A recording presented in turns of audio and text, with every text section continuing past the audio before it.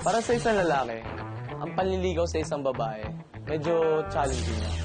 Pero ang panliligaw sa isang ex-girlfriend mo na gusto mong balikan, nako, suntok sa buwan. Pero kaya naman kung susubukan mo.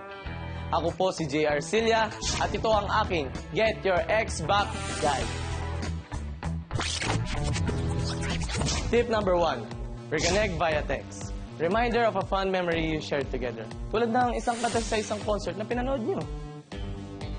Tip number 2, kapag nag-respond siya, mag-set ka ng isang casual date sa relaxing environment para mawala ang tension.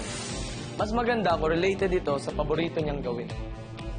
Tip number 3, once na nag-open up na siya, ito ang chance mo na mag-explain. Mag-sorry ka na at humingi ka na ng tawad sa mga pagkakamali mo. Tip number 4, humingi ka na ng tulong sa mga kaibigan mo.